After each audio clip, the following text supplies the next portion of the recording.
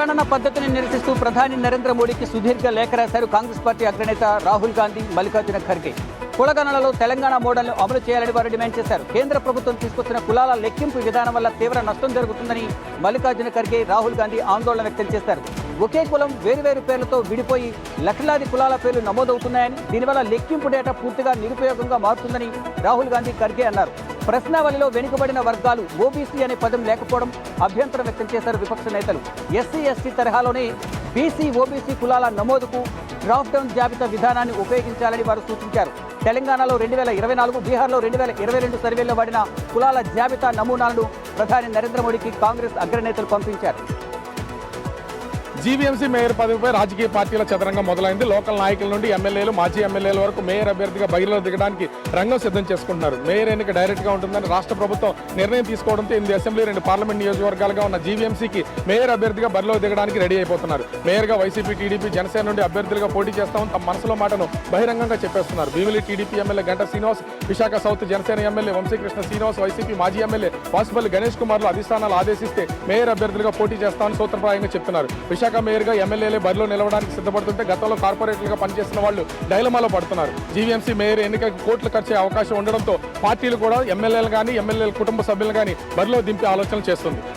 తిరుపతిలో నకిలీ బంగారాన్ని కుదవపెట్టి 6 లక్షలతో ఉడాయించినటువంటి ఘటన చోటు చేసుకుంది. తిరుపతిలో ఉన్నటువంటి 4 కుదవ అంగిళ్లలో 2 వ్యక్తులు వచ్చి బంగారాన్ని కుదవపెట్టినట్టయితే తెలుస్తుంది. అయితే హాల్మార్క్ బంగారము తనకి అర్జెంటుగా డబ్బులు అవసరం ఉంది, ఆసుపత్రికి వెళ్ళాలనేటువంటి ఒక మాయ మాటలు చెప్పి ఆ బంగారాన్ని కుదవపెట్టినట్టయితే తెలుస్తుంది. అయితే ఇద్దరు ఇచ్చినటువంటి ఆధార్ కార్డులు కూడా ఫేక్గా తెలుస్తుంది. అయితే ప్రస్తుతం బాధితులంతా కూడా తిరుపతి క్రైమ్ పోలీసులను ఆశ్రయించినటువంటి నేపథ్యంలోనే వాళ్ళు వచ్చినటువంటి సీసీ ఫుటేజ్తో పాటు ఆధార్ కార్డులు కూడా ప్రస్తుతం పరిశీలిస్తున్నారు. అసలు ఎక్కడి నుంచి వచ్చారు, బంగారాన్ని ఎక్కడి నుంచి తీసుకొచ్చారనే విషయాలపైన కూడా ప్రస్తుతం ఆరా తీస్తున్నారు. నాగర్ కర్నూలు జిల్లా అచ్చంపేట నియోజకవర్గం నల్లమల్ల అటవీ ప్రాంతంలోని ఉడిమిల్ల గ్రామంలో వజ్రాల కలకలం హాట్ టాపిక్గా మారింది. దీంతో పోలీసులు దీని మీద ప్రత్యేకమైనటువంటి దృష్టి సారించారు. అచ్చంపేట డీఎస్పీ పల్లె శ్రీనివాస్ ఆధ్వర్యంలో నిన్న గ్రామానికి వెళ్ళినటువంటి పోలీసు అధికారులు అక్కడ పూర్తి స్థాయిలో విచారణ చేపట్టారు. మొత్తంగా ఇక్కడ వజ్రాలు దొరికాయా లేదా, సోషల్ మీడియాలో వస్తున్నటువంటి వార్తల్లో నిజం ఉందా లేదా అనే క్రమంలో కూడా పోలీసులు దర్యాప్తు చేపట్టారు. ముఖ్యంగా అచ్చంపేటకు సంబంధించినటువంటి సిఐ చంద్రయ్య కూడా స్థానికంగా ఉన్న వారిని ఈ విషయం గురించి అడిగి తెలుసుకున్నారు. ఏదేమైనప్పటికీ దీన్ని ఇక్కడితో చెక్ పెట్టేందుకు పోలీసులు ప్రయత్నాలు ముమ్మరం చేశారు. ఇలాంటి వార్తలను ఎవరు నమ్మొద్దు, నిజ నిజాలు త్వరలోనే తేలుస్తామని చెప్పి కూడా పల్లె శ్రీనివాస్ చెప్తున్నటువంటి పరిస్థితి ఉడిమిల్ల గ్రామంలో కనబడుతుంది. విశాఖలో కనక మహాలక్ష్మి అమ్మవారి ఆలయ పాలనపై తీవ్ర విమర్శలు వస్తున్నాయి. ఆలయం ఈవో శోభారాణి గత 4 రోజులుగా సెలవుపై ఉండడంతో అధికారులు, పాలక మండలి సభ్యులు ఇష్టానుసారంగా వ్యవహరిస్తున్నారు. ఈవో సెలవుపై ఉండడం దేవాదాయ శాఖ డిప్యూటీ కమిషనర్ సుజాతకు ఇన్ఛార్జ్ బాధ్యతలు అప్పగించారు. ఇన్ఛార్జ్ ఈవోకు కానీ, ఏఈఓలకు కానీ ఎలాంటి సమాచారం ఇవ్వకుండా ఆలయ చైర్మన్ పంతుల నాగరాజు ఏకపక్ష నిర్ణయాలు తీసుకుని రథయాత్రకు 200 రూపాయలకి టికెట్లు మహిళలకు అమ్మడానికి పాంప్లెట్స్ వేయించడం తీవ్ర విమర్శలు వస్తున్నాయి. ఆలయ చైర్మన్ తీసుకున్న నిర్ణయం దేవాదాయ శాఖ సంబంధం లేకపోవడంతో ఇన్ఛార్జ్ ఈవో టికెట్లపై ప్రచారాన్ని ఆపేలా చర్యలు చేపట్టాలని కమిషనర్కు లేఖ రాశారు. ఆలయ ఈవో సెలవుపై ఉండటం, ఏఈఓ బాధ్యతగా వ్యవహరించకపోవడం, ఇన్ఛార్జ్ ఈవోకి తెలియకుండా ట్రస్ట్ బోర్డు నిర్ణయాలు తీసుకోవడంతో ఇప్పుడు కనకమహాలక్ష్మి ఆలయ వ్యవహారంపై తీవ్ర విమర్శలు వస్తున్నాయి.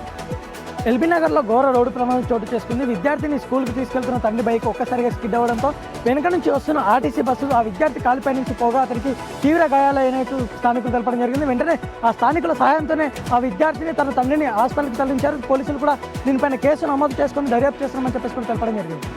తన కదలికలపై నిఘా పెట్టారని, ఏకంగా ఏసీపీ స్థాయి అధికారిని నియమించారని నిజామాబాద్ పార్లమెంట్ సభ్యుడు ఎంపీ అరవింద్ సంచలన లేఖ విడుదల చేశాడు. ఎక్స్ వేదికగా ఆ లేఖను పోస్ట్ చేశాడు. ఇప్పుడు ఆ సోషల్ మీడియాలో ఆ లేఖ వైరల్గా మారుతుంది. ఎందుకు నాపై కదలికలు నిఘా పెట్టారని చెప్పి ఇటు సిబి ఆనంద్ను క్వశ్చన్ చేస్తున్నాడు. రాజకీయ నేతలకు అండగా ఉన్నారా లేదా రాజ్యాంగబద్ధంగా పనిచేస్తున్నారా అని క్వశ్చన్ చేస్తున్నాడు. కానీ సోషల్ మీడియాలో పెట్టిన లేఖ ఏదైతే ఉందో ఇప్పుడు ఉమ్మడి నిజామాబాద్ జిల్లాతో పాటు తెలంగాణ రాష్ట్ర వ్యాప్తంగా సంచలనంగా మారింది. ఆ లేఖలో చాలా అంశాలు అమలు చేశాడు. సిబి ఆనంద్ దానిపై వివరణ ఇవ్వాలని ఎంపీ అరవింద్ కోరుతున్నాడు. గంజాయి రహిత ఆంధ్రప్రదేశే లక్ష్యంగా ఈగల్ టీం మరియు పోలీసులు నిరంతర సోదాలను నిర్వహిస్తున్నారు. గంజాయి అక్రమ రవాణాను అరికట్టేందుకు రోడ్డు మరియు రైలు మార్గాలలో సోదాలను ముమ్మరం చేశారు. ఇందులో భాగంగా మారక ద్రవ్యాలను గుర్తించడంలో ప్రత్యేకంగా శిక్షణ పొందిన ర్యాక్సీ అనే డాగ్లంతో కలిసి ఈగల్ టీం సభ్యులు ధన్బాద్ ఎక్స్ప్రెస్లో సోదాలను నిర్వహించారు. ఇందులో 5 అనుమానిత వ్యక్తులను అదుపులోకి తీసుకుని వారి బ్యాగులను తనిఖీ చేశారు. అందులో భాగంగా వారి వద్ద నుంచి 11 కిలోల గంజాయిని స్వాధీనం చేసుకుని వారిని అదుపులోకి తీసుకోవడం జరిగింది. ఒడిశా నుంచి చెన్నైకి అక్రమంగా ఈ 5 గంజాయి తరలిస్తున్నట్లు గుర్తించి వారిని అరెస్టు చేసి వారిపై కేసు నమోదు చేసినట్లుగా జీఆర్పీ పోలీసులు మరియు ఈగల్ టీం పోలీసులు తెలియజేశారు. కొమరంభీం ఆసిఫాబాద్ జిల్లా దహేగాం మండలంలో వినూత్న నిరసన కార్యక్రమాన్ని చేపట్టారు బీఆర్ఎస్ శ్రేణులు. దహేగాం మండలంలోని గిర్రేవల్లి గ్రామాల మధ్య ప్రధాన రహదారి బురదమయంగా మారడంతో ఆ బురదలో వరి నాట్లు వేస్తూ నిరసన వ్యక్తం చేశారు. ప్రభుత్వం వచ్చి 3 సంవత్సరాలు గడుస్తున్నా రోడ్డు నిర్మాణ పనులు చేపట్టడం లేదంటూ ఆగ్రహం వ్యక్తం చేశారు. ఇప్పటికైనా వెంటనే రోడ్డు నిర్మాణ పనులను ప్రారంభించాలని డిమాండ్ చేశారు బీఆర్ఎస్ శ్రేణులు.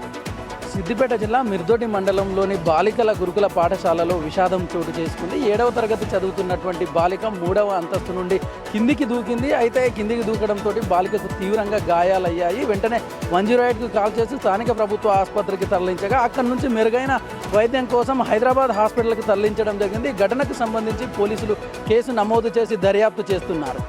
కృతి సరన్ ఒక జ్యువెలరీ యాడ్లో యాక్ట్ చేయడం జరిగింది. ఈ యాక్ట్ చేయడం ఎందుకంటే వెస్ట్రన్ లుక్ డ్రెస్లో యాక్ట్ చేయడం ఎందుకంటే తీవ్ర విమర్శలు ఎత్తుతున్నాయి. ఎందుకంటే ఇది రాఖీ పండుగ సందర్భంగా ఒక రాఖీ యాడ్ సందర్భంగా చేయాల్సి వచ్చిందని చెప్పింది. కానీ ఇందులో కుక్కకు కూడా రాఖీ కట్టడంతో ఎందుకంటే తీవ్ర విమర్శలకు దారితీసింది. ఈ విమర్శలపై అయితే నటి కంగనా రనౌత్ కూడా ఎందుకంటే మోడ్రన్ లుక్లో ఒక రాఖీ కట్టించుకోవడం ఏంటని చెప్పేసి కూడా ఒక విమర్శలు లేవనెత్తింది. దీనిపై అయితే అధికారికంగా కృతి సరన్ ఎలాంటి స్పందించలేదని తెలుస్తుంది. కానీ ఇలాంటి చేయడం తప్పని చెప్పేసి సోషల్ మీడియాలో భిన్నాభిప్రాయాలు వ్యక్తం అవుతున్నాయి. ఎందుకంటే అన్నా చెల్లి మధ్యలో ఒక రాఖీ సందర్భంగా ఇలాంటి విషయాలు అయితే చేయడం తప్పని చెప్పి కూడా విమర్శలు అయితే వస్తున్నాయి.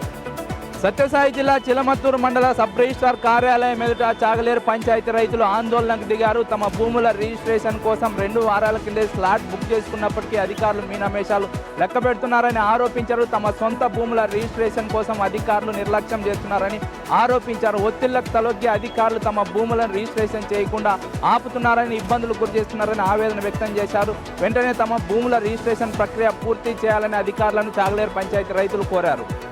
తెలంగాణ రాష్ట్ర వ్యాప్తంగా ఎల్నినో ప్రభావం ఉందంటూ గత కొన్ని రోజులుగా మనం వింటూ వస్తున్నాం. అయితే రానున్న 2 రోజుల పాటు వర్షాలు పడతాయని చెప్పేసి ఇప్పటికే పలు ప్రాంతాలకు ఎల్లో అలర్ట్ని జారీ చేసింది వాతావరణ శాఖ. నిజామాబాద్, నిర్మల్, జగిత్యాల, హన్మకొండ, రాజన్న సిరిసిల్ల లాంటి ప్రాంతాలతో పాటు కామారెడ్డికి కూడా ఎల్లో అలర్ట్ని జారీ చేయగా ప్రస్తుతం 40 నుంచి 50 కిలోమీటర్ల వేగంతో ఈదురుగాలు కూడా వీస్తాయంటూ కూడా వాతావరణ శాఖ అధికారులు అయితే చెప్పుకొస్తున్నారు. నిజం దీనికి సంబంధించి రానున్నటువంటి 2-3 రోజుల్లో మోస్తరు నుంచి భారీ వర్షాలు కురిసే అవకాశం ఉంది. కాబట్టి అందరూ కూడా అప్రమత్తంగా ఉండాలని హెచ్చరికలు జారీ చేశారు. గోదావరి పుష్కరాలపై ముఖ్యమంత్రి చంద్రబాబు నాయుడు అత్యున్నత సమీక్ష సమావేశం నిర్వహించారు. మొత్తం 10 కోట్ల మంది పైగా భక్తులు పుష్కరాలకు వస్తారని అంచనా వేస్తున్నట్లు అధికారులు ముఖ్యమంత్రి తెలిపారు. మొత్తం 180 కొత్త ఘాట్లతో దాదాపు 440 ఘాట్లు నిర్మాణం చేసినట్లుగా అధికారులు సీఎంకు తెలిపారు. అంతేకాదు భక్తుల అత్యుత్తమ సౌకర్యాలతో పాటు పవిత్రతకు పెద్దపీట వేయాలని చంద్రబాబు నాయుడు అధికారులను ఆదేశించారు. మొత్తం 4026 కోట్లతో 4900 పనులు చేసినట్లుగా అధికారులు ముఖ్యమంత్రి తెలిపారు. వచ్చే ఏడాది జూన్ 27 నుంచి జూలై 7 వరకు గోదావరి పుష్కరాలు జరగబోతున్నాయి. పోలవరం జిల్లా రంపచోడవరం నియోజకవర్గం భూపతిపాలెం ప్రాజెక్టు వద్ద రైతులు, ఆదివాసీ గిరిజన సంఘ నాయకులు కూడా ధర్నా నిర్వహించారు. ఈ నేపథ్యంలో చూసుకున్నట్లయితే గంగవరం మండలానికి సంబంధించిన రైతుకైతే పూర్తి స్థాయిలో నీళ్లు అందించాలంటూ కూడా ధర్నా నిర్వహించారు. ఐటీడీఏ కార్యాలయం వద్ద ధర్నా నిర్వహించడంతో కలెక్టర్ చేసి కూడా రైతులతోటి ఏదైతే డిస్కషన్ జరిపారో అలాగే ఈ కెనాల్కి సంబంధించి అప్డేట్ వర్షన్ని చేసేందుకు అయితే పూర్తి స్థాయిలో చర్యలు తీసుకుంటామని చెప్పారు. ఆ రెవెన్యూ సిబ్బందితో కలిపి ఒక ఉమ్మడి మీటింగ్ని కూడా ఏర్పాటు చేస్తామంటూ కూడా కలెక్టర్ హామీ ఇవ్వడంతో రైతులు ధర్నా విరమించిన పరిస్థితి అయితే ఇక్కడ కనిపిస్తుంది. పోలీసుల కళ్ళు కప్పి చాక్లెట్ రూపంలో గంజాయి విక్రయిస్తున్న వ్యక్తిని అరెస్ట్ చేశారు కడప జిల్లా పుత్తూరు పోలీసులు. గత కొంతకాలంగా జిల్లాలో గంజాయి సరఫరాపై దృష్టి సారించిన పోలీసులు ఇటీవల ఉత్తరప్రదేశ్ చింటూ అనే వ్యక్తి అదుపులోకి అయితే అతని వద్ద నుంచి కూడా దాదాపు చాక్లెట్ రూపంలో ఉన్న కొన్ని వందల ప్యాకెట్స్ స్వాధీనం చేస్తూ వాటన్నింటి కూడా దాదాపు కేజీ గ్రాముల ఏదైతే ఉందో వాటన్నింటి కూడా చాక్లెట్ రూపంలో మార్చారు. వాటిని ప్యాకింగ్ చేసి స్థానికంగా యువతతో పాటు కూడా విద్యార్థులతో వికెట్స్ గుర్తించారు. అతనిపై కేసు నమోదు చేసి విచారించబడి అతనితో పాటు అతని అల్లెట్ ఆధారంగా మరికొందరిపై నిఘా వచ్చారు. రాబోయే రోజుల్లో మరికొందరు అరెస్ట్ చేసి రిమాండ్ తరలించే అవకాశం ఉంది. కొత్త వాటర్ నమోదు, మరణించిన లేదా వలస వెళ్లిన వారి వాటిని తొలగించడం కోసం సర్ ప్రక్రియను జిల్లా వ్యాప్తంగా కూడా చేపట్టారు. ఈ ప్రక్రియలో భాగంగా 193,000 మందికి ఇప్పటికే రాష్ట్ర ఎన్నికల సంఘం నోటీసులు అందజేసింది. వీరంతా కూడా సెప్టెంబర్ 28లోగా వారి యొక్క ఆధారాలతో సహా దగ్గరలో ఉన్నటువంటి అధికార వద్దకు వెళ్ళి వారి యొక్క పూర్తి సమాచారాన్ని ఇవ్వాలని, ఇలా అయితేనే వారి యొక్క ఓటు హక్కు అనేది ఉంటుందని అక్కడ ఉన్నటువంటి అధికారులు స్పష్టంగా తెలిపారు. మరోవైపు జిల్లా వ్యాప్తంగా కూడా 15 లక్షల మంది ఓటు హక్కు ఉంటే వారిలో 127,000 మంది ఓటు హక్కును కోల్పోయారు. అయితే ఇప్పటి వరకు నోటీసులు అందుకున్న వారంతా కూడా అధికారుల వద్దకు వెళ్ళి తమ ఓటు హక్కు ఉందని ప్రూవ్ చేసుకోవాలని అధికారులు తెలుపుతున్నారు. నల్గొండ మాజీ ఎమ్మెల్యే కంచర్ల భూపాల్రెడ్డి పుట్టినరోజు వేడుకలు విషాదాన్ని మిగిల్చాయి. బర్త్డే ఫ్లెక్సీలు కడుతుండగా రాజశేఖర్ రెడ్డి అనే యువకుడు మృతి చెందారు. వెంటనే ఆ కుటుంబానికి 8 లక్షల రూపాయల ఆర్థిక సాయం అందించి ఇవాళ జరగాల్సినటువంటి పుట్టినరోజు వేడుకలు కూడా రద్దు చేసుకోవడం జరిగింది. అభిమానులు పుట్టినరోజుకు ఖర్చు చేసే డబ్బులన్నీ కూడా ఆ కుటుంబానికి ఫోన్పే ద్వారా అందించాలని మాజీ ఎమ్మెల్యే భూపాల్రెడ్డి పిలుపునిచ్చారు. ఒడిశా పారాదీప్ నుంచి సింగపూర్కి వెళ్తున్న ఎంబీ వాషన్ విన్నర్ అనే షిప్ ప్రమాదానికి గురైంది. ఈ నెల 22న స్టార్ట్ అయిన ఈ షిప్లో చైనాకి చెందిన 20 మంది, 3 మయన్మార్, ఒక బంగ్లాదేశ్కి చెందిన సిబ్బందితో బంగాళాఖాతంలో మునిగిపోయింది. మ్యారిటైమ్ కమ్యూనికేషన్ వ్యవస్థ తెగిపోవడంతో గల్లంతైన వారి ఆచూకీ తెలుసుకోవడం కష్టం అవుతుంది.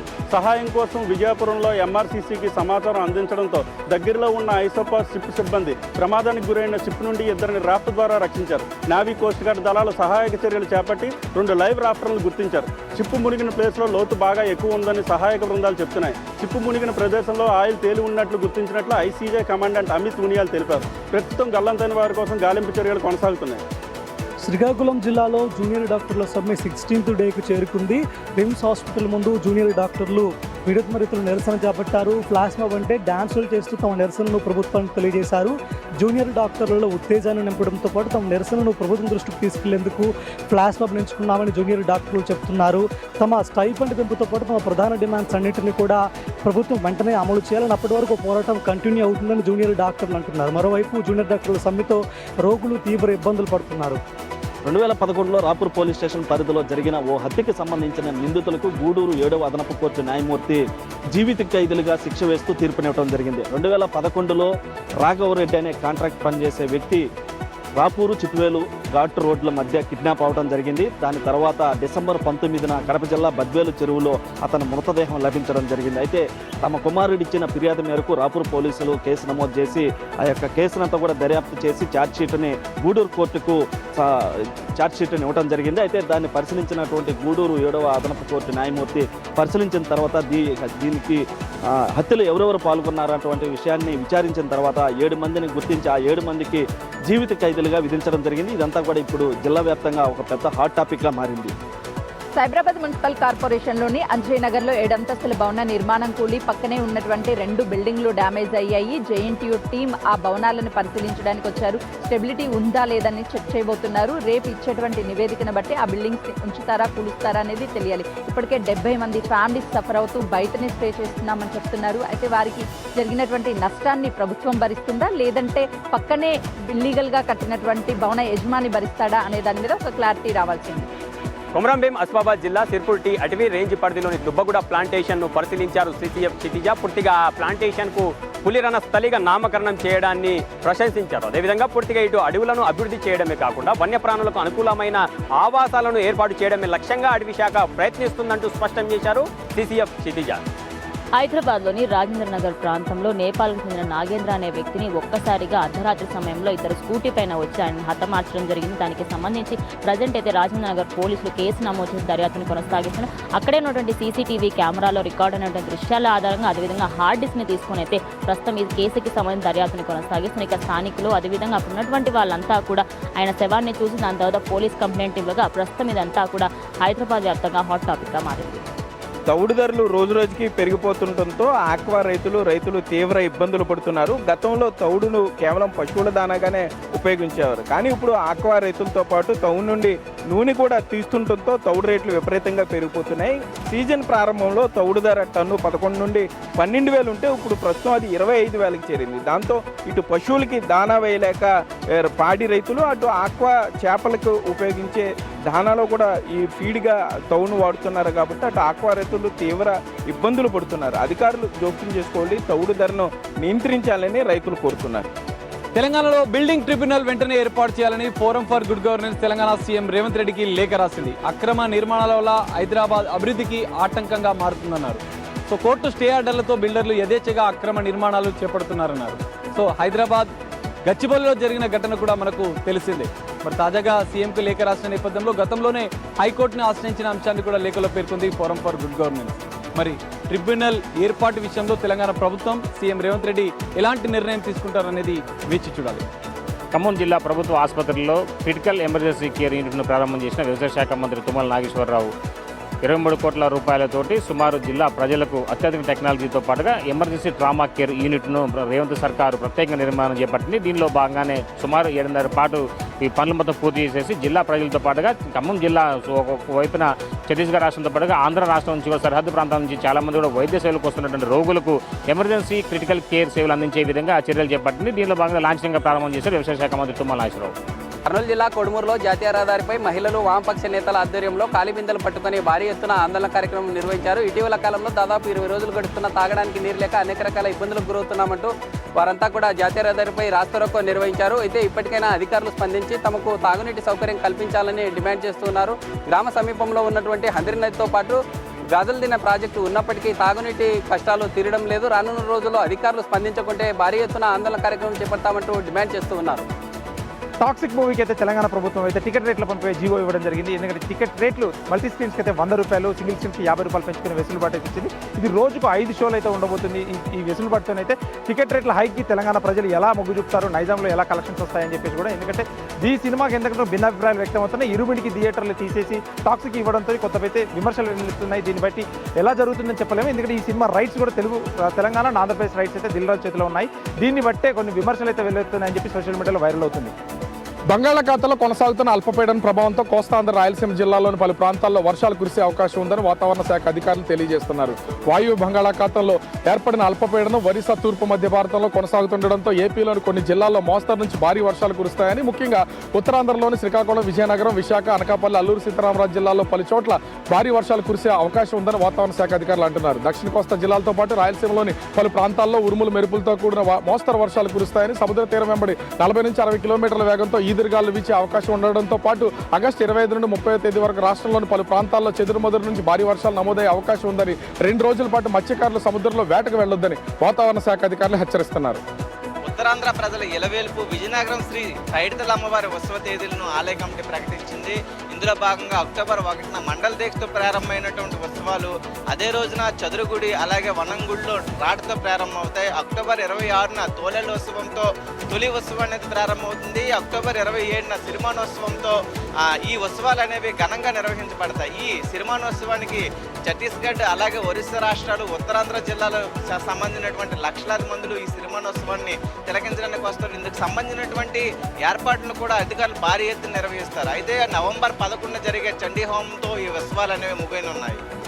నెల్లూరు నగరంలో రోజు రోజుకి ట్రాఫిక్ సమస్యలు తీవ్రమవుతున్నాయి. సిటీ బస్సులు, ఆటోలు నిబంధనలు పాటించకపోవడమే ప్రధాన కారణంగా మారింది.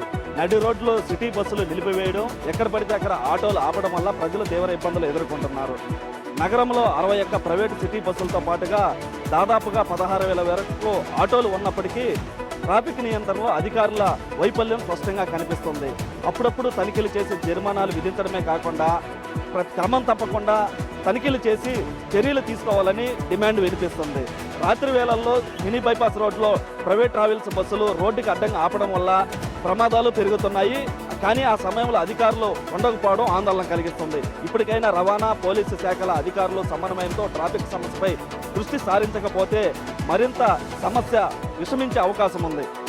మహారాష్ట్రలోని చంద్రపూర్ జిల్లా రాజురా పట్టణం మరోసారి కాల్పులతో ఉలిక్కిపడింది. నిన్న సాయంత్రం కోర్టు ఆవరణలో కొబ్బరి బొండాల దుకాణంలో కూర్చొనున్న వినోద్ అనే వ్యక్తిపై ఇద్దరు యువకులు ద్విచక్ర వాహనంపై వచ్చి 3 రౌండ్ల కాల్పులు జరిపారు. ఈ కాల్పుల్లో వినోద్ తల మరియు ఛాతీ భాగాల్లో నుంచి బుల్లెట్లు దూసుకుపోయాయి. దీంతో తీవ్రంగా గాయపడిన వినోద్ను స్థానిక ఆసుపత్రికి తరలించే లోపే కన్ను మూశాడు. ఇందుకు సంబంధించి ఇద్దరు యువకులు తామే కాల్పులు జరిపినట్లయితే స్థానిక పోలీస్ స్టేషన్లో లొంగిపోయారు. పాత కక్షలే ఈ కాల్పులకు కారణమంటూ తెలుస్తుంది. ఇందుకు సంబంధించి కేసు నమోదు చేసిన పోలీసులు దర్యాప్తు చేపడుతున్నారు. నాగర్ కర్నూలు జిల్లా అచ్చంపేట నియోజకవర్గం నల్లమల్ల అటవీ ప్రాంతంలోని ఐటీడీఏ కార్యాలయం ముందు నేరు చెంచులు ఆందోళన చేపట్టనున్నారు. గడిచిన 15 ఏళ్లుగా ఒకే అధికారి ఉండడం వల్ల చెంచు సంక్షేమ అభివృద్ధి పథకాలు పూర్తిగా ఆగిపోయాయని వారు ఆందోళన వ్యక్తం చేస్తున్నారు. ఎన్నిసార్లు చెప్పినా పట్టించుకోకుండా ప్రభుత్వం కొత్త వారిని నియమించుకోకపోవడం వల్ల తమ చెంచు జాతికే ప్రమాదం సంభవిస్తుందని, మొత్తంగా త్వరితగతిన ప్రభుత్వం దీనిపై స్పందించి వెంటనే కొత్త వారి నియామకం చేపట్టాలని, లేదంటే నిరసన కార్యక్రమాన్ని మరింత ఉధృతం చేస్తామని చెంచులు డిమాండ్ చేస్తున్నారు. ఏదేమైనప్పటికీ 6 జిల్లాలకు సంబంధించి ఒకే అధికారి ఉండడం వల్ల స్థానికంగా ఉన్నటువంటి చెంచులకు తీవ్ర ఇబ్బందులు ఎదురవుతున్నాయి. మొత్తంగా దీన్ని పరిష్కరించే వరకు తమ పోరాటం కొనసాగుతుందని చెంచులు డిమాండ్ చేస్తున్నటువంటి పరిస్థితి నల్లమల్ల అటవీ ప్రాంతంలో కనపడుతుంది. పశ్చిమ గోదావరి జిల్లా ఆకివీల్లో గుర్తు తెలియని మహిళ హత్య కేసును పోలీసులు ఛేదించారు.